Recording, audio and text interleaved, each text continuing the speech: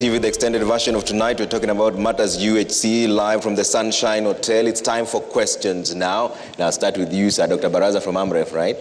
You can also address the issue of partnerships and how you can come in to plug in on the UHC as partners. Go ahead. Yeah, thanks, Trevor. My name is Dr. Chris Barasa. I work with AMREF. First is to thank the CS because I think CS for the first time we've had a very engaging government in terms of how partnership should work. And you've led the way together with the COG, the governors, in terms of how partners should work. And actually we are feeling the comfort of working with you. So on behalf of other partners in health, we really say thank you for providing that platform for us to work with you. The second thing is we have really worked with the government, the COGs, throughout this journey. And we've been working with the development partners in health, USAID, UNICEF, UNFPA, and other partners, in terms of just supporting the government on policy. And I'm very happy today, Waziri, that the 4 bills are now acts. I'm one of the happiest people because we've really worked, especially the digitization agenda, we've walked a very long pathway for the last over 10 years or so. And we are very glad that the government has taken a center stage. More often than not in health, we've been having partners taking the center stage, but now the ball is on the other court. The government has taken a center stage, so I really want to thank you for that. The last thing I wanted to just mention is that from where we sit as partners, work has just begun. Okay. Actually, work has just begun. All right. And we want to really work closely with the county governments to be able to now implement the UHC agenda jointly. So be assured of our continued support to Waziri. Governors, COG, we shall continue working with you with the support from our donors, especially USAID and other donors. Thank you so much. Thank you, Dr. Baraza. Yes, sir. Start with your name, please, and then ask the question. Thank you very much. My name is James Kamau from Kenya Treatment Access Movement. A health activist and HIV activist. And Madam, thank you very much. And Governor. Just to take up from what you have said, the work has just started. The bills were signed, but the benefit issues or the benefit packages now start from now in what needs to enter into the benefit package of the 4 bills. And it's important. And for that bill to work, Madam Minister, and the governors, it's very good, you have a very good team, but you are missing one very important component: the user, the community, the people who know. Some of us are health economists, people on the ground.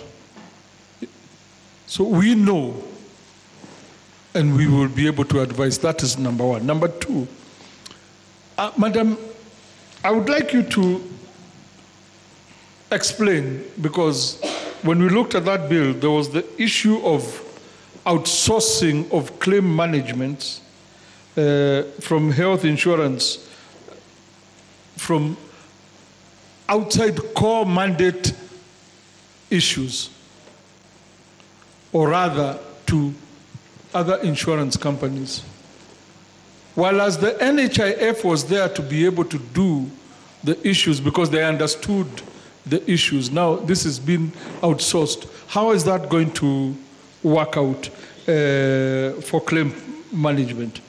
The second part, it's very important. We have a large source of resource from the NHIF. Where are they going to go? You know, these are people who have been there. How are you going to utilize their issues? And what are you going to be able to do? Okay. The last part is, it is not very clear, especially for people living with HIV or or comorbidities that are life-threatening, in terms of what the benefit is vis-a-vis. The guy with HIV can get a disease like anybody else. But how do you charge that? Okay. All right. Thank you. Thank you, sir. Kindly, just one question, please, because we're trying to take quite a number. Yes, sir. Start with you. Thank you very much. Thank you, Trevor. Madam CS and Governor, thank you very much for having us. My name is Nelson Otuoma. I work for a group called NEFWAC, which is a national network of people living with HIV in Kenya. I want to just do 2 points of what Kamau has talked about. In our country, today, the community of people living with HIV are very much excited and happy because of this, what has come through, because you are talking about health insurance in this country. And the excitement is because in this country, we've externalized the lives and health of these people. 1.4 million who are on treatment, we've divided them. Some are under PEFA, some are under Global Fund. But now we are sure, because HIV is just a chronic medical condition, that they are going to benefit from this cover. So that is the excitement. The question that comes is to emphasize Kamau's point. You've been talking about government, national, county, intergovernmental. In the how you are going to operationalize this, please maybe you can elaborate how you are going to engage communities, non-state actors, and civil society to also help you push the issue of universal health coverage in our country. Thank you. Thank you. So I think you should answer those 3 first, those 4 questions. There's the outsourcing claim of management to other insurances, brought up by James Kamau.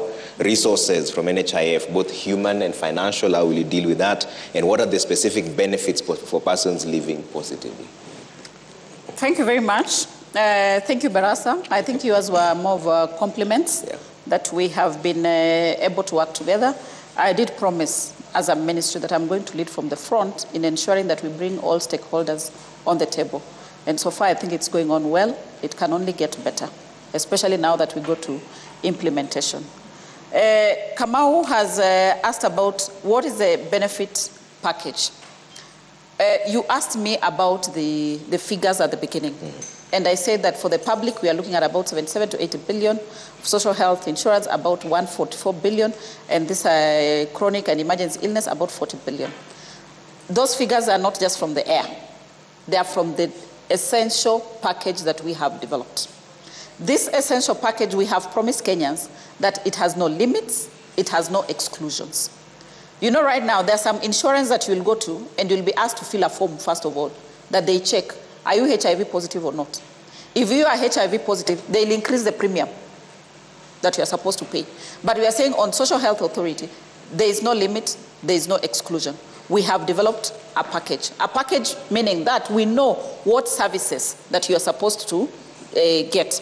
And we are looking at human being from the beginning to the end, from birth, immunization, whatever you need through, up to this package includes the last expense, that then we shall be able to take care in the Social Health Authority. Kamau has said that from the Act, he says that we are going to outsource claims management. It's true, we are going to outsource. You know, there is no way you can be struggling with something that you're not good at, and there's somebody else who is good at that. It is a management practice that has been proven. Business process outsourcing. You outsource that is not your core mandate. And claims management has been done widely by other insurance firms perfectly. And what we have said in the Act, we are not going to outsource from any Tom, Dick, and Harry from the street. We are saying that, one, you must be licensed and registered by the Insurance Regulatory Authority. So in there, we are putting a standard. Why are we doing that? And you have asked that NHIF has been doing it perfectly. To you, probably it has been perfect. But to me, who is looking at it from inside, it has not been perfect. The administration cost of NHIF has been between 11% to 24%. Very high. Globally, administrative cost for any insurance, medical insurance, should be below 5%. Why has this been administrative cost very high? Because of the complexity of the schemes that are within NHIF. If you go to NHIF, you'll find a scheme that is being called Super Cover. You'll find another scheme for civil servants, for doctors, that is called Enhanced Cover. You'll find a scheme, Linda Mama. You'll find a scheme, Edu Afia. So we are saying under Social Health Authority, we are not going to have those schemes because they complicate and they make it very expensive to run the medical insurance. So we want to make it simple. And that is why we are saying we shall have people to do claims management. For your information, we do not expect that people are going to sit with invoices looking at them physically, paperwork. No. That is why we have put in place even the digital health bill. That once you are given your unique identifier, that is the number that will follow through all the service providing points. That then this claims management is only reviewing documentation in terms on a system. It's not physical paper. We are eliminating errors. We are also eliminating introduction of fraud of any other thing. Trevor, it will interest you that we have had claims at NHIF where one person has been amputated the right leg twice. It's impossible. That tells you that it is fraud. So now we are introducing claims management, that through the system, you will know that your right leg was once amputated. So there's not going to be a second amputation on a non-existent leg. So that is what we want to do. We kill the fraud, we remove the complexity, we reduce the administration cost. Yeah. That is the reason why we are outsourcing. You've asked about people living with HIV and they may have other comorbidities. When a patient gets to a health facility, you are identified either as male or female. I think in terms of identification, that is the basic minimum question that they ask. They do not ask whether you have other comorbidities as they provide the service, only until when it is necessary. So what we are doing, and I want to call upon partners, that let's put this money into one pocket. This person who is living with HIV, they have other family issues. This person living with HIV will get malaria. So why are we just looking at HIV? No. And anyway, it should just be part of how we are providing service. Yeah. The bigger question should be, are we going to claw back on benefits? For me, I think that is a question that we need to be discussing. And from where I sit, no. We have achieved tremendous results in management of HIV and other comorbidities. We should continue with that. So you're confirming this tonight, that the persons living positively will not be excluded in any way? Because this is a subject that I've also talked about with Dr. Ruth Leboni Masha, from the National Endemic Disease Control Council, very passionate about this conversation. So, and she depends on donors most of the time. Is she no longer going to depend on donor funding now? Trevor, let me clarify and make it very clear. The Social Health Authority has no limitations, has no exclusions of whatsoever. It is a benefit package. And let me tell you, Trevor, we have had partners funding very many things. But if you ask exactly, show me the money, some of the times it's difficult. There's quite a lot of money that goes into workshops and not the real care of the patient. There's quite a lot of money that we pay in per diems, and that money ought to be buying the commodity, ought to be buying the ARV, ought to be buying the condom that is supposed to be used. So now we are focusing and we are telling partners that this is the government direction.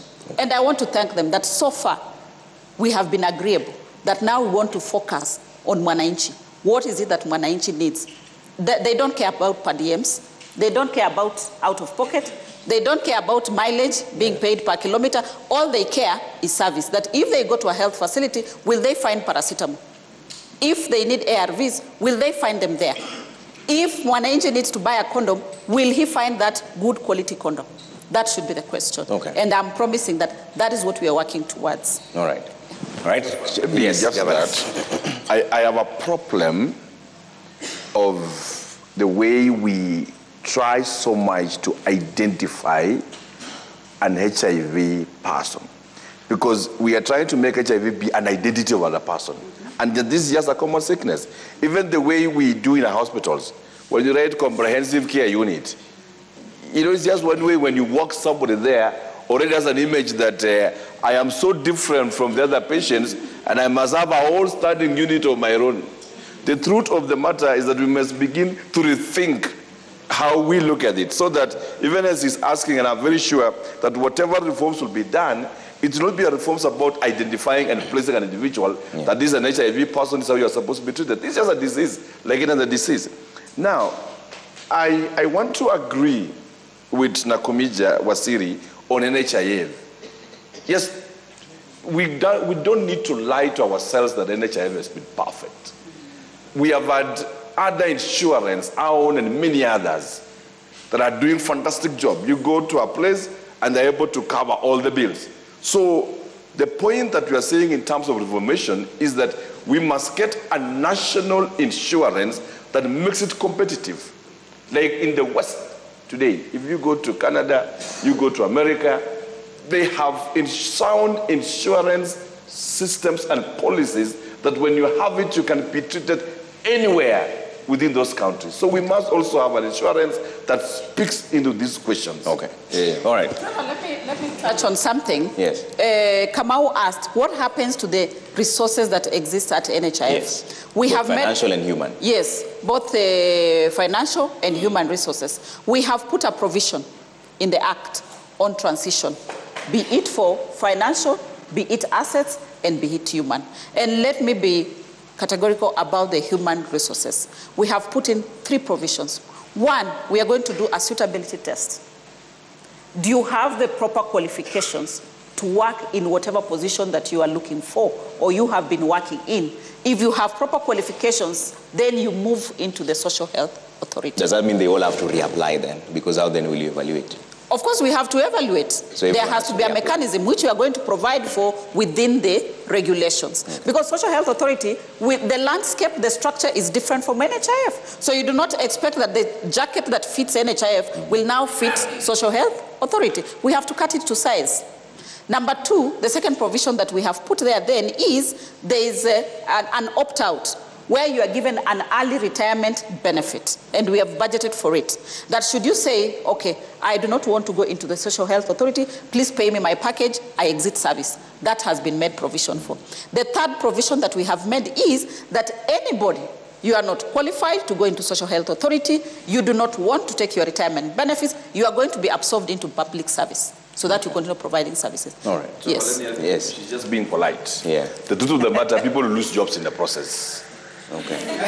That's the truth of the matter. Okay. Because any restructuring and changes, today, libraries has been devolved completely to the county governments, right? Yeah. The debate as a chair of education I'm asking is, then do we need then a national library?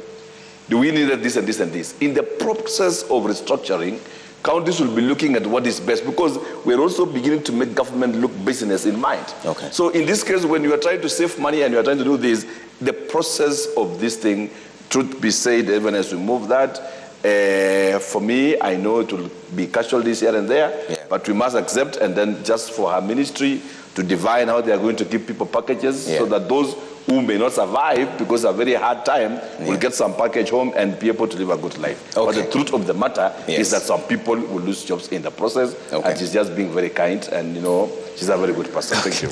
Let's take 3 more questions there. And can I get some ladies also here? There's a lady here. Is there a microphone here? Then let's take 3 questions. James will come to you later on. At least let's try and make, let's allow a few people more to ask questions because we're running out of time. Yes, go ahead. My name is Margaret Kamau, Community Health Promoter, Kiambu County. My question is to the CS.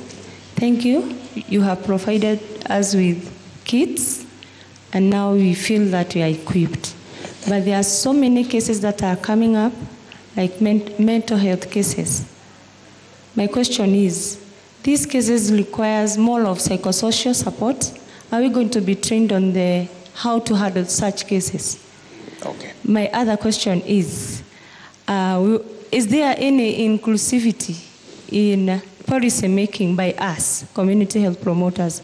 If there is not, please kindly include us. Okay. Another question is... Kindly keep it at 2 maximum, please, okay, because there are quite a number of people thank there. You. Yes, let's get the lady at the back over there. Yes. Pass the microphone to her over there, the lady in black. We had 3 gents, let's have 3 ladies now. Yes. Thank you so much. My name is Chebet Valerie. My question is, there are many chronic diseases like liver cirrhosis. Is this new cover going to help the patients who have been flown to go and seek medical from outside the country, something like not less than 2 million? Will this cover help them pay those bills? Okay. The other question is this accident cover used for personal use only, or it can also cover for your family members? Thank you. Okay. All right, let's get another lady. Show of hands. He's not a lady. Okay, there's one over here. Pass the microphone.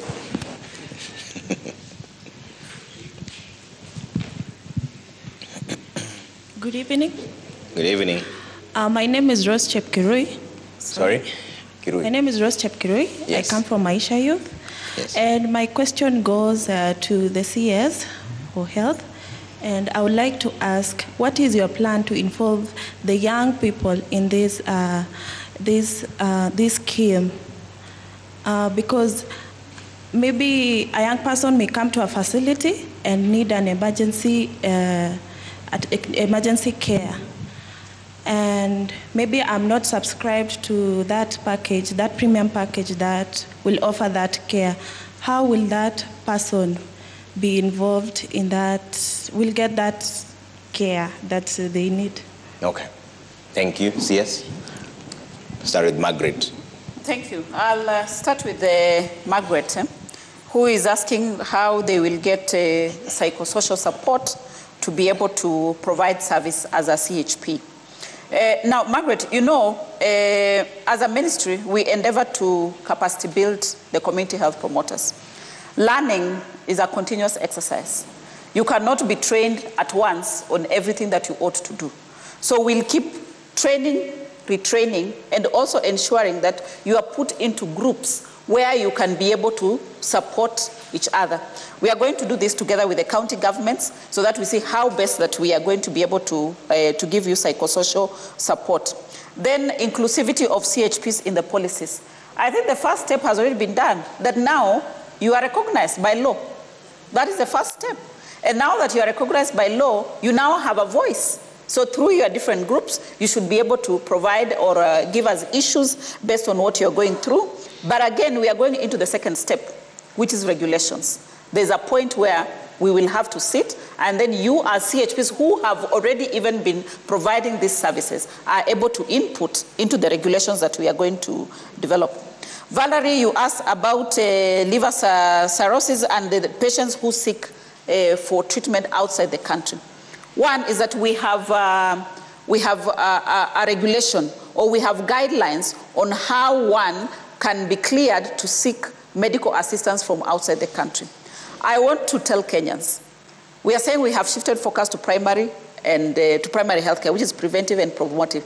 But that doesn't mean that we are not going to capacity build the facilities, the referral hospital that need to provide specialized care. For the benefit of Kenyans, we have many people today who, if you ask them to go for treatment at KUTRRH for cancer, they will opt to go outside. Yet, we have a CyberKnife. CyberKnife is the second of its kind in Africa. One is in Egypt, the other one is in Kenya. It treats cancer with a lot of precision. But there are those Kenyans who believe that by going out, they will get better service. Let me tell you, it is a high time that we start now looking at our own homegrown solutions. It's a high time that we start trusting the processes, the equipment that we have, the facilities that we have. We have the Director General at the Ministry of Health. He's my technical advisor, senior most. He is the one who advises and says, for this one, we do not have specialty within the country, and therefore you are cleared to go outside. And Valerie also wanted to know, so will this social health authority cover this? Yes, it will cover. I have said no exclusions, no limits. Number two, she also asked, is this an individual cover or is it for everyone? It is a household cover. A household cover covers the principal person, be it the man, then the wife, and the children. And I want to tie up that question together with what Rose has asked. The young people. Young people, either you have achieved the age of 18, and therefore you are on, so you are expected to register on your own, or you are below 18, a teenager, therefore you are still covered by the principal cover that covers the whole household. Okay. And we are going to tell Kenyans how we are going to start registering. But we are going to make it very easy for one to register into Social Health Authority. Okay. One, we are going to ensure that at each and every service points, there is an opportunity for you to register. Okay. If you are taking your child to school, there is an opportunity for you there to register. If you are going to KRA to pay your taxes, there's an opportunity there for you to register. If you are going to seek health services from the facility, there's an opportunity there for you to. We are going to make it available. The registration is going to be made available. Okay. Governor, you want to add anything before we get just final questions? Just to confirm what she had said, Kenyans must begin to change their attitude towards our own strength. Actually, Kenya has the biggest industry in technology and manufacturing, and even in terms of the quality of the doctors that we have. In Kericho, just the other day, we launched our basic cancer unit. And CS and the Deputy President launched it. This is a cancer unit I built 1 year ago and I took into the office to do baseline. But before we reached there, we had trained a series of nurses on oncology. So culminating to the launching, the physical infrastructure, we had also worked on the software. But if you ask somebody today, what do you think? Somebody will say, that facility cannot offer this service because they know that only India can be able to handle this matter. We've also had problems when in government facilities. You meet people and they tell you, I don't want to go to the government hospitals because the doctors in private hospitals are the best doctors. The truth of the matter, they are our doctors. They only go on locum to private hospitals. But 3/4 of their time are in our facility. So it's a question of attitude and a question of looking. But I just want to emphasize on this cycle. I think I like what she really asked on the psychosocial. In partnership with the county governments, and we are committed to this, we will be organizing with the national government trainings, even on how to go about these matters, so that our CHBs are, trained on psychosocial, trained on psychology issues, trained on how to handle the patients. Remember now, this is the beginning, like I think Parasa was saying, work has just begun now. So part of this work is about training, because in the past there were no training really on community health promoters, a question of, just trying. But now that there are policies, there is a law in it, and there's bills in it, we will begin together with the national government and our partners to now organize serious trainings on the same as we move forward. All right. Ladies, let me add on that one. The other thing is that as a community health promoter, you should not feel overwhelmed with your work. You are supposed to be educating, and you are also supposed to be referring. Should you encounter a case that you are not able to handle, your primary responsibility is to refer that person to a facility. So don't get overwhelmed by a patient or an individual situation. Please refer that person to a facility. Ladies and gentlemen, it's almost midnight, so let's take just 3 last questions. Over there, back there, is there any question? We don't want to neglect any side. Yes, the gentleman over there, the two of you, really quick. Yes, my name is Vincent Kipkemoi, a youth activist and a sexual reproductive health and rights advocate. My question goes to our governor, Dr. Mutai. In Kericho, we still have a gap when it comes to youth-friendly facilities, where young people can go and access information, services, and commodities. My question is, what strategies do you have in place, or what strategies does your government have in place to ensure that young people can be able to access improved primary health care services? Okay. All right, thank you. Let's pick another question over there. No more questions at the back? Yes. Yeah. Go ahead, the mic is on. My name is George Gibore. I'm a healthcare practitioner. I have a question. We appreciate that you are giving us community healthcare promoters who are going actually to more of create a demand for the facility. My question is, what are the strategy to build the health professional, I mean to increase their numbers? The next question is on SHI, that is the social health insurance. We know that why people have not been trusting the NHF is because of not seeing the value of the money they pay to NHF, and 2, losing money through corruption, and no one has ever been held responsible. What are the strategies to tame this, which are very specific and clear? Okay. Thank you. Last person? Yes, sir. Yes. Thank you, Trevor. My name is Brian Fidel. I'm from Maisha Youth. And as we celebrate Mashujaa Day, I have a question to Governor Mutai, because there was an upgrade of Kericho Referral Hospital to level 5, and that is still under the county government.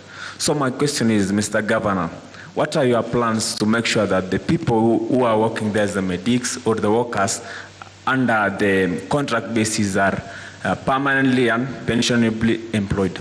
Secondly, to Madam CS, what are your plans to make sure that the community health promoters get something at the end of the day, and when is it? Because you said you have not solved the issue of why. So when is it, and when are you planning to do it? Thank you. All right. James, you wanted to say something really quick. Yes, go ahead. It's fine. Go ahead. Thank you very much, Madam CS and Bwana Governor. But Bwana Governor, I need to tell you something. And it's a fact. The way Kenya handled the COVID situation, it was a copy and paste from the interventions of the HIV, and it worked very well. So when you start talking about we only have, please note that only have does a lot for all that have. Okay. Thank you. All right. Governor, you have the questions from you from Vincent and Brian. Thank you. Youth-friendly facility. James, thank you, my good. You know, James is my good friend, and I see you have a history. You know, we have a history, but he knows that I'm a keen person with identity, formation, and belonging. Yeah. And I've also been able to, you know, unfortunately handle people close to me, who I watched some of them die with HIV/AIDS, and I know how it is when you walk to a facility, and those days they were painted red in color. And these are some of my close relatives. And first of all, it was scaring because you are taking a patient to take medicine, and the first thing that, as you approach where they're supposed to take medicine, is painted red in color. And everybody is looking at you that, where are you going? By the time you are coming back, nobody wants to even shake your hand, people are running away. So I was just saying that out of some other debate that I think we'll look at that some other. Now, youth-friendly facilities. On the youth-friendly facilities, what we are doing as it is now is specifically working on how to handle the school children. For example, when we have children from secondary schools and others coming, they will need to go back to school, and so we are aligning our policy of approaching them and handling them as priorities so that we have specific, handling of these school-going children that are approaching the facilities and they are able to be handled on time and be able to go back. I didn't understand quite clearly how you want us to come with youth-friendly facilities, because to me, when a youth is sick and an old person is sick, they are all sick, and they are coming to a hospital to be handled. But we would want to look and maybe understand to you that probably what you're looking into it is how then would the youths be handled so that they're able to speak out over their own issues in terms of how they will be guided within the facilities and be handled. It is something that we'll take up with the relevant CECs and the CEOs and try to come up with strong policies on the same as we move forward. On matters upgrading of level 5, yes, indeed, we appreciate that the CS and our ministry has upgraded our hospital to level 5.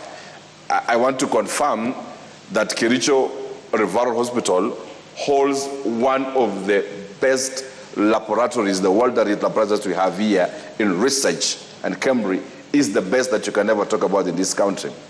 We also have the best equipment in the hospital and all that you can imagine. Of course, we have a question of facelifting, which to me as a governor wasn't a priority when I came in, because I thought we can have also a very beautiful hospital, but then you go in there are no workers and there are no medicine. So it's better to even administer the medicine under a shade than to have a very beautiful facility with no health worker and no medicine. So we focus first on the software to have the medicine and the health workers. I'm very grateful this evening that this Mashujaa, one of the good dietetics that came along was the CS equipped our ICU facility at Kapwa, the modern ICU. Not that I blackmailed her, but I just talked to her very nicely now, and she gave us 20 million to do the modern ICU with automated beds. And in our facility here, the cancer center that we had also considered the county, there was also a hand in terms of equipping, and she has just given us 50 million, because I think she looked at our facility and a bit sympathized with the roofing, and she has given us 50 million to do a complete, roofing of the structure, remove mosquitoes as that. So as we walk towards the strength of level 5, I want to confirm on this platform to the healthcare workers of Kericho County that around 3 weeks ago, I confirmed the ECD teachers on permanent and pensionable terms. We have close to 800 healthcare workers who have really suffered from 2013 as early as some are almost retiring at the age of 55. They're almost going home, and they are contract workers. Okay. And I'm giving them my word that by next week, you will be seeing an advert confirming all our health workers on permanent and pensionable terms, even as we are also going to add another 259 workers to meta facilities. Just importantly, to say this, leadership is intentional. When I came to this county as a governor, I realized that we were building dispensaries in every village. And in these dispensaries, there is no medicine, there is no health worker. So we have a dispensary, but there is no... So the first thing I took with my assembly, and we agreed that we will not build any other new facilities until we operate those that we have. Okay. So the money that we have gone in building more facilities, we have loaded back into the confirmation of the healthcare workers. And I can confirm to them today that I have 200 million in the budget for their confirmation. Okay. And we will do that. All right. Thank you very much. CS, there's a question from Dr. George on increasing the number of doctors, which is also the same question from your friend, Dr. Davjia Taylor, KMPDU Secretary General. Yes, thank you. But before I respond to that, I would like to beef up the response from Governor Mutai on the youth-friendly facilities. One of the things that we are doing, Trevor, is that previously we've had budgeting for health in vertical programs, and thus it has brought about duplication of effort, duplication of resources, yet the outcome is not up to standard. So what we are doing is that we want to collapse vertical programs so that we have an integration of how best do we invest resources to achieve the best results for Kenyans. Okay. Now, on the issue of building the human resource, yes, rightfully so, that now that community health promoters are going to go into the community, there is expected that there would be an upsurge of patients now getting into the facilities. A month ago, before we went into this, we did a level of service assessment. And that level of service assessment, countrywide, we have close to 15,000 health facilities throughout the country of different levels. The level of service assessment was to check what are the gaps that do exist. I have a report on my desk in terms of what are the human resource gaps that are there, what are the equipment gaps that are there, what are the infrastructure gaps that are there. How many doctors do we need? We need many doctors. I do not want to say the figure now, but the most important thing that I want to tell you, we have been here from Monday, but yesterday was a very important day for me because the whole day we had conversations on human resource for health. And we came up with a 16-point framework of what it is that we need to do under what timelines. And one of that is to ensure that we fill the human resource gaps that exist. Remember, the government budgeting period is June to June.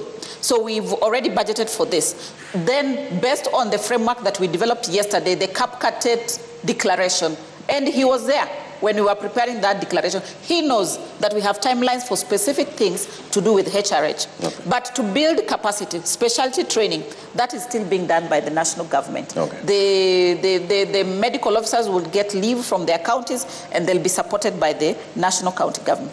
He also asked, what is the strategy to reduce corruption and fraud? Yeah. And that is a question and an answer to whoever said that we need to transfer all people from NHIF to Social Health Authority. We have to find people who are fit for purpose. We want to start an institution that is corruption-free. We want to start an institution that leverages on technology, very minimal human intervention, and therefore reduce the fraud, but equally provide visibility into all the processes that happen within that, within the Social Health Authority. Yeah. I know, now that you are saying on national TV about the 20 million for ICU, 50 million for, I think you got Christmas early because you are hosting us. Yes. But nationally, we are preparing a national equipment support to counties. We have asked counties that, based on the gaps that we found, prepare your list in terms of the equipment that you need. Together, we are going to work on a framework. You know, once you buy in scale, you buy huge quantities, you enjoy what we call economies of scale. Yeah. So once we have all the requirements from the counties, we shall go to the market for a nationwide procurement to be able to fill the gaps that exist. Okay. But on condition that governors, you sign the IPS. Intergovernmental Participating Agreement. And you also tell me that how will you pay for this equipment once you generate revenue? Yeah. You see?